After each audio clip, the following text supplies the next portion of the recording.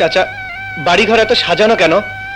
আর হেনা কোথায়? হঠাৎ করেই বাংলাদেশের সোশ্যাল মিডিয়া ছেয়ে গেছে হেনার কথায়। সবাই নানানভাবেই জানতে চাচ্ছেন হেনা কোথায়। তবে এই হেনা অপরিচিত নয়, বরং বহু আগের হেনায় ফিরে এসেছে নতুন করে। 1996 সালে মুক্তি পেয়েছিল প্রেমের সমাধি সিনেমা। প্রেম, বিরহ আর বিচ্ছেদের গল্পে এগিয়ে চলা সেই সিনেমায় নায়িকা শাবনাজের নাম থাকে হেনা। গল্পের এক পর্যায়ে হেনার বিয়ে হয়ে যায় অন্য কারোর সাথে। ঠিক তখন হাজির হন নায়ক বাপ্পা রাজ। সিনেমায় তার নাম থাকে বকুল। হঠাৎ হেনার খোঁজে বাড়ি এসে বকুল হেনাদের বাড়ি সাজানো দেখতে পেয়ে তার বাবার কাছে জানতে চান, চাচা বাড়িঘর এত সাজানো কেন, আর হেনা কোথায়? চাচা কথা বলছেন না যে, চুপ করে আছেন কেন?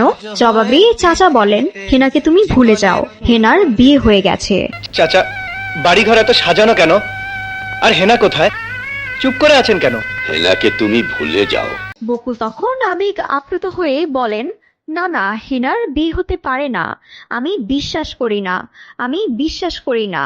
এরপর প্রেমের সমাধি ভেঙে মনের শিকল ছেড়ে পাখি যায় উড়ে যায় গানটি পর্দায় বাজতে থাকে।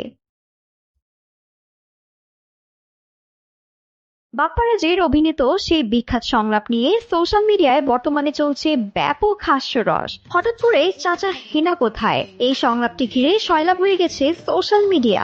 অনেকেই এই দৃশ্যের ভিডিও ক্লিপ শেয়ার করছেন এবং নিজেদের মতামত ও অনুভূতি প্রকাশ করছেন। তবে ঠিক কী কারণে এই সংলাপটি হঠাৎ করে ভাইরাল হলো তা স্পষ্ট নয়।